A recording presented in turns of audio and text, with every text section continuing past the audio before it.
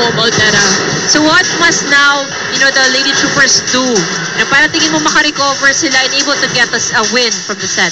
Well, I think it's really focused on the game, partner, because mula nung umpisa pa lang, mula nung first set, I think ang nagiging problema is the coverage. Because they were, ang daming times they were able to put up the first ball, pero walang nagpa-follow up dun sa second ball. Obviously, kasi dahil malalakas pumalo sa lim. Yes, guys, kasama ko dito ang ating best player of the game, Eliza Valdez. Eliza, ano ba yung naging malaking adjustment mo coming into this conference late? What was the biggest adjustment? Well, to show with the team, syempre, it's so hard. Syempre, kahit nakalaro ko na sila, may mga efforts pa din na kailangan mag-jive kami. But then, at the end of the day, we play the sport that we love, so we communicate. So, teamwork talaga, teamwork. So, pero, Army, sobra. They did so well today. They did so well today.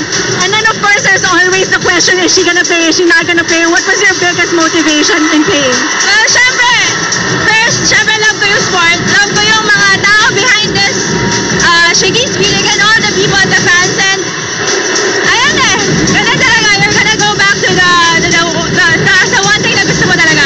It's all about the love for the game, right?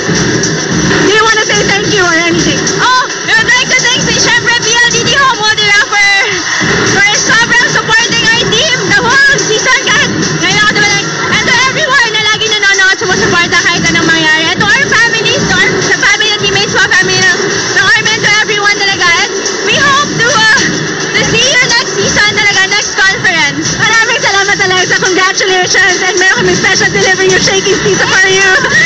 Guys, back to you.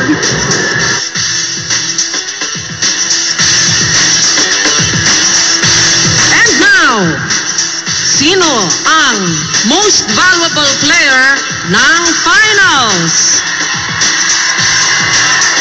Siyempre, galing sa PLDT Home Altera, none other than number 2, Eliza Valdez.